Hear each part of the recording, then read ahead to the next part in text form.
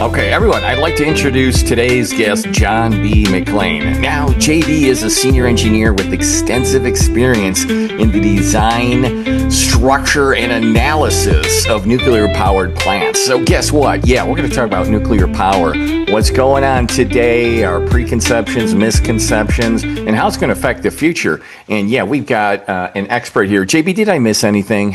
I think that's good.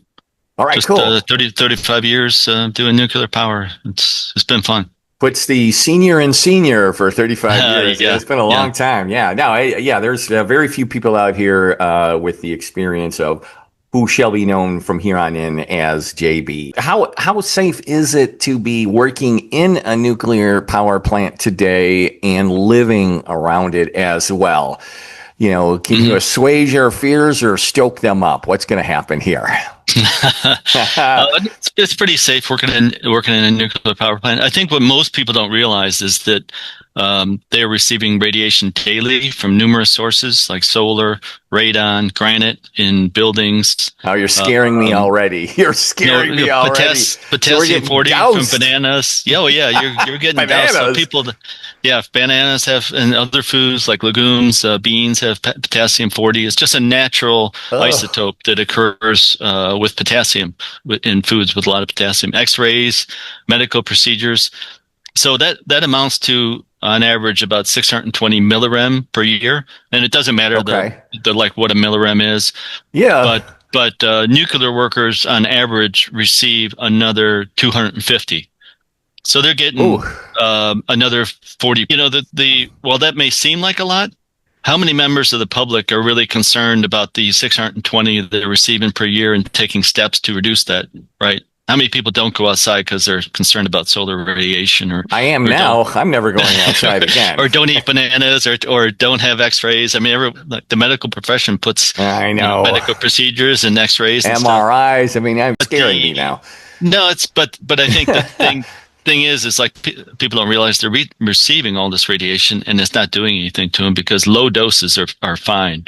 So they receive 620 millirem a year.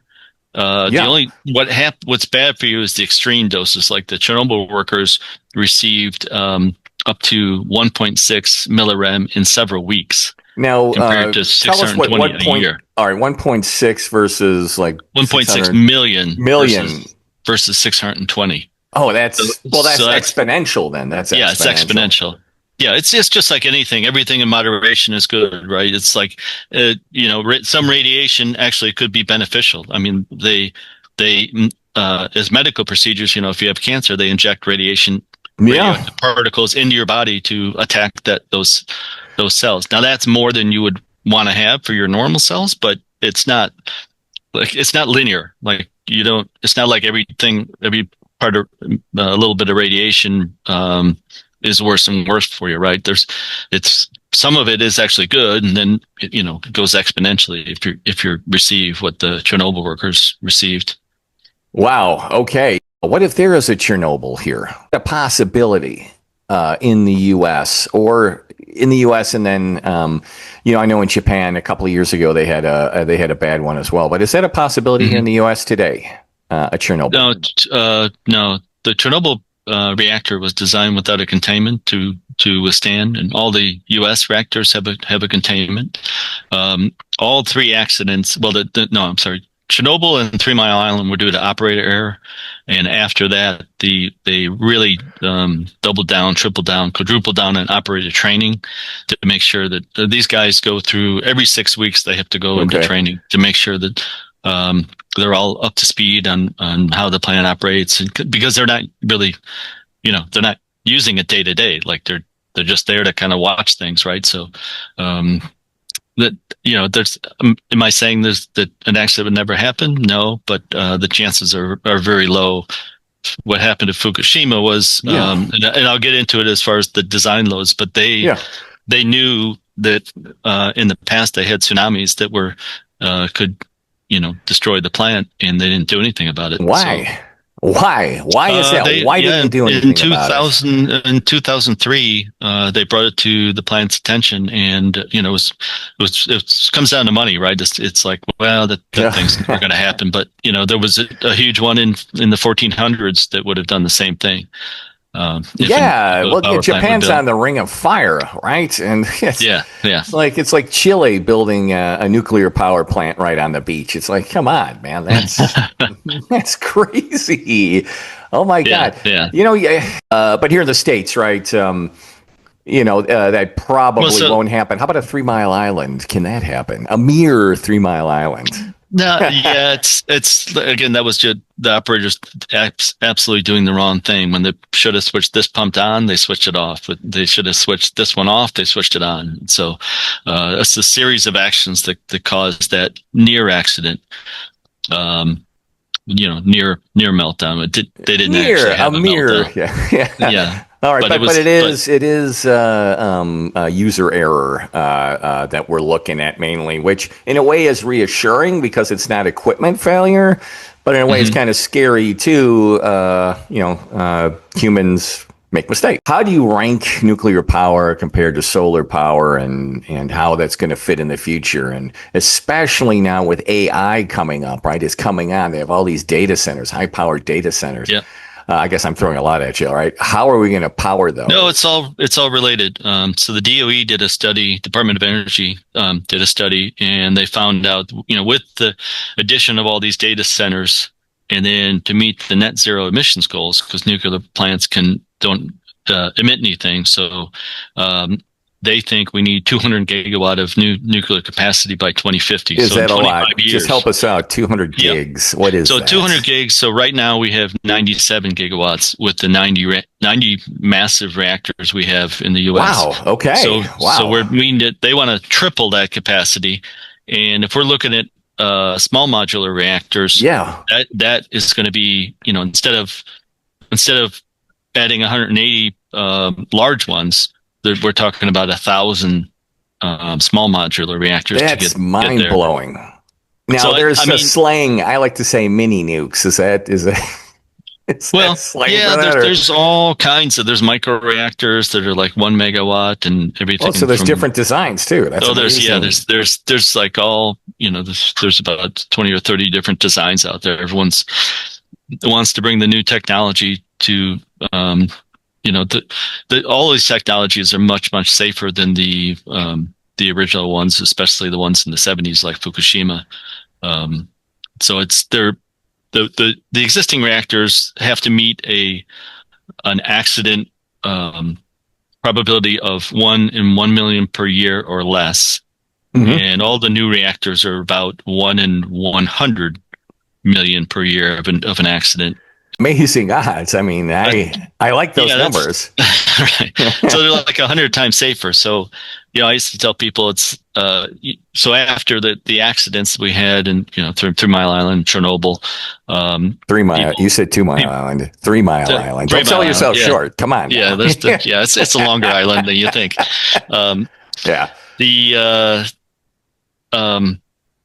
So there was a lot of moratoriums against building new nuclear power plants, but I always told people it's like you decide that the 70s and early 80s cars are unsafe, right? They don't have seatbelts and don't have airbags and stuff. So you'd say, okay, stop building cars.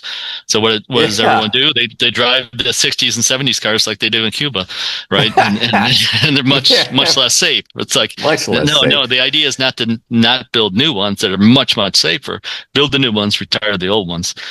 But there is a cost with that, and so what is the cost? I guess it is a concern. The first of a kind is the problem. So like somebody comes up with a new technology, and they implement that first plant, like happened with the AP1000s in Georgia, the only 2 nuclear units to be built since the 80s. That's crazy, by the way, JB. That's mind blowing that we've only built 2 units. 2 units, the 80s, and it's just in the past 3 or 4 years. That is so freaking stupid. Yeah, that's just and what you're saying is some boob arbitrarily made a decision. let's not build any more nuclear power plants, and No, everybody like all the just went along with states, it. yeah, the states and have laws for moratoriums. Like, hey, you're not going to build anymore in our states, right? It's all the NIMBY principle, not in my backyard. People don't want it Yeah. in their state. Well, why don't they want it in their state? I mean, are It's they just worried the about the public waste? perception. No, The I don't. Yeah, 18,000 barrels we're burying in my backyard right now, or what's?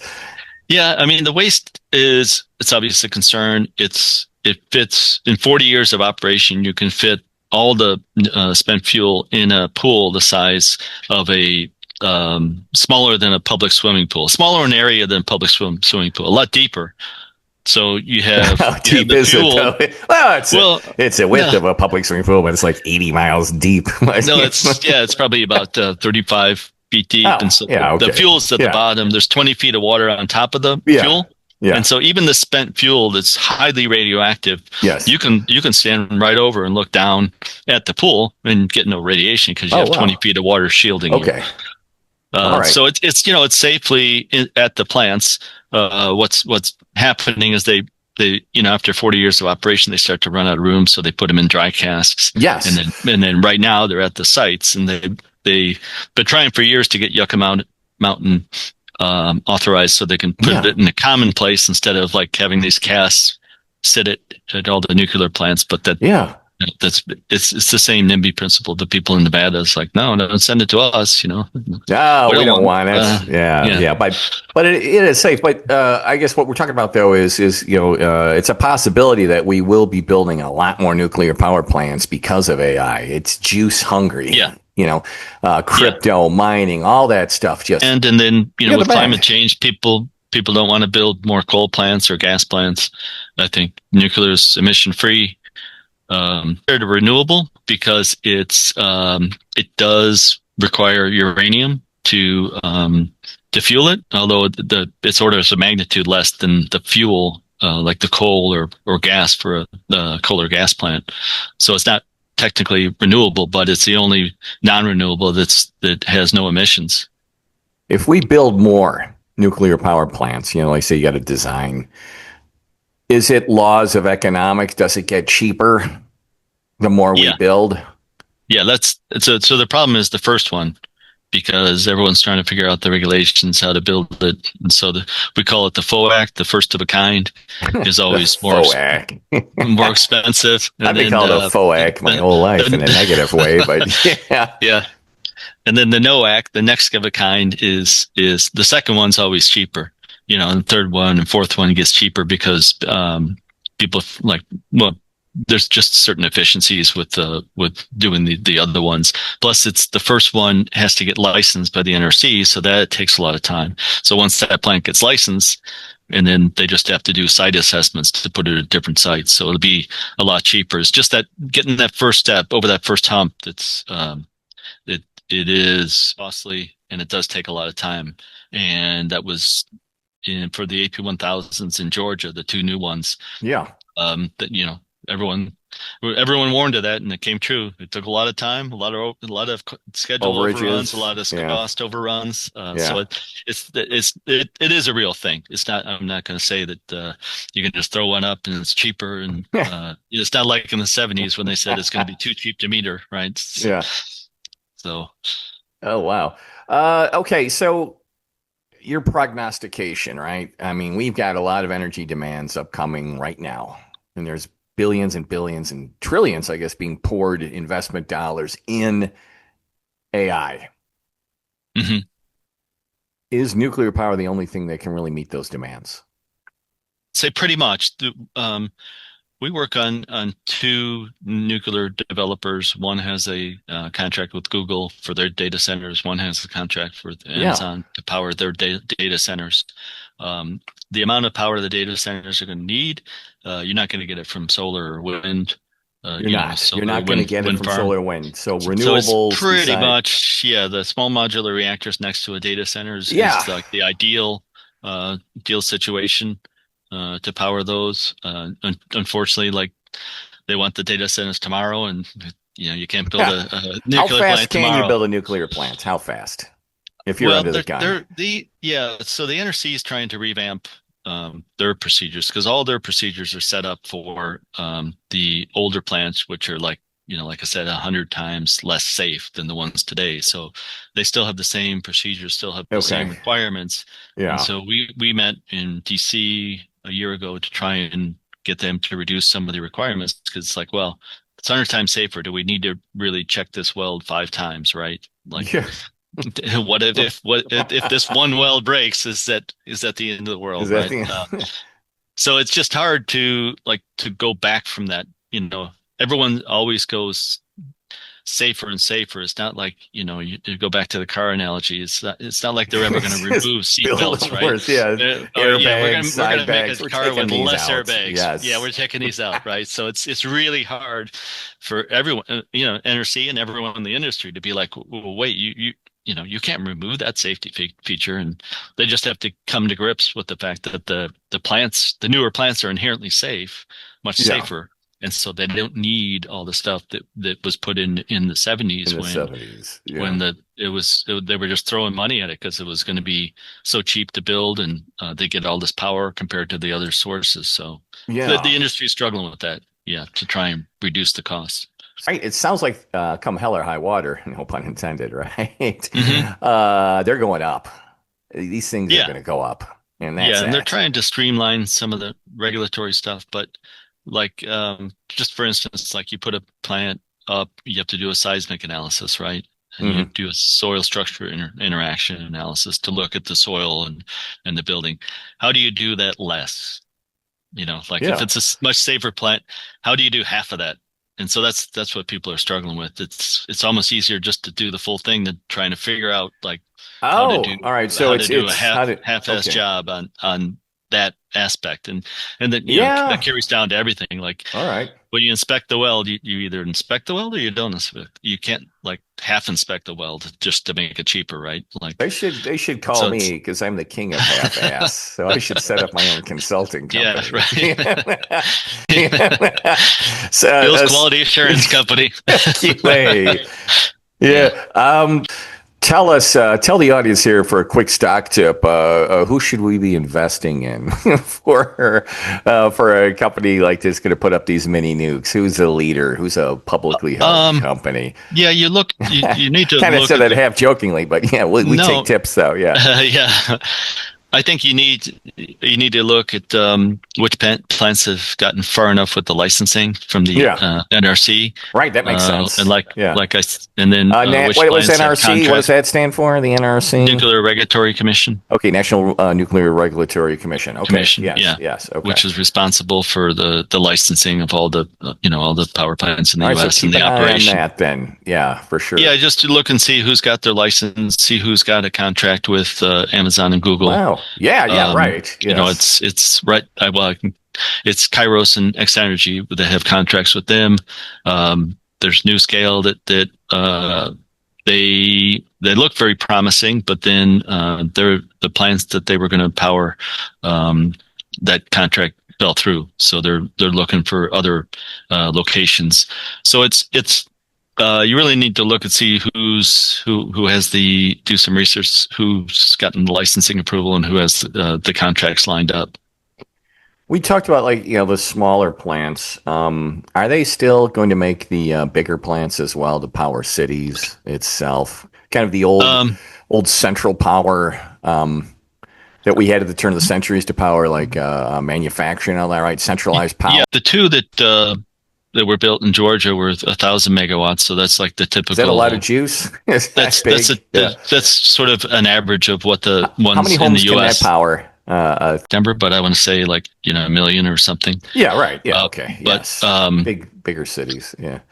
Yeah. So those they're talking about two that got canceled in South Carolina being AP 1000s being built, but I think most of them are going to be the small modular reactors. And so the advantage of the small modular reactors was initially that you could, instead of having 1,000 megawatts that would power a big city, right, you could put a small one in power Cheyenne, Wyoming, right? And you don't need 1,000 megawatts to provide the power to a smaller city, so you could deploy it there. The other advantage with the small modular reactors is that they're scalable. So if it's a 70 megawatt reactor, you could build 6 of them with a common turbine building, or you could build 12 of them with a common turbine building, depending on how much. What's a turbine building? Turbine building is what basically a turbine generator. So, like, it'd be one generator providing power to the grid. Oh, but you're feeding for all it, 6 so, units. Yeah, okay. So six reactors. I learned something so new today. So it has a distribution point, but you've got different points powering it. Then does that that adds redundancy as well? Correct. Yeah. To it? So that's the other That's the other advantage is when a 1,000 megawatt reactor goes down for refueling for 3 weeks or 4 weeks, it goes from 1,000 to zero for 3 or 4 weeks and up to 1,000. Right. So if you have 70 megawatt reactors, you take one down for refueling, you still have 5 operating. And so amazing. You don't have the fluctuation. So per megawatt, the cost of the small modular reactors are more than the big ones. But you have this advantage of, your power is going to go like this instead of, I think, like up and down. Yeah, we all see that in Texas and just blackouts. So that's everybody's fear, right? Is the future? It's all run on the juice now, right? So that's encouraging if they can if give a lot more flexibility in the operation. Yeah, you can get there, understand a little bit more. This would make the future safer, maybe more expensive. When the power goes out in the summer for 10 minutes, I don't know what to do with myself. Life is over. Do I just leave? Do I walk around the block? What am I going to do with myself for 10 minutes when the power goes down? Yeah, you lose the internet. You lose everything. You can't watch TV. Nothing. All the things you do revolves around it. Yes. Yeah, your cell phones will still keep a charge, but yes, we need something safe that's not going to go down. That's our most basic need, I think, is the juice, is electricity. So, thank God. That's the advantage to nuclear. It's constant, right? So you have solar and wind. If the sun's not shining, you don't have the solar power, and if at night you don't have the solar power. We don't. Yeah. If the wind's not blowing, you don't have the wind power. So it's dead outside. I mean, you try and offset that by putting lots of them in different areas, so that hopefully you'll have wind over here. But usually, if you have wind in Illinois, you're going to have a strong wind in Indiana, and vice versa. Like if the wind's dying in Illinois, it's dying in Indiana, and so like the whole area is going to be short of power. Short of power. Maybe I want to ask you one question. 32 years. If you could summarize your work in one word. So I'd say challenging. JB, when it's all said and done, how do you want to be remembered? Really, someone that truly believes that nuclear powers is the safe and the best choice for our energy mix.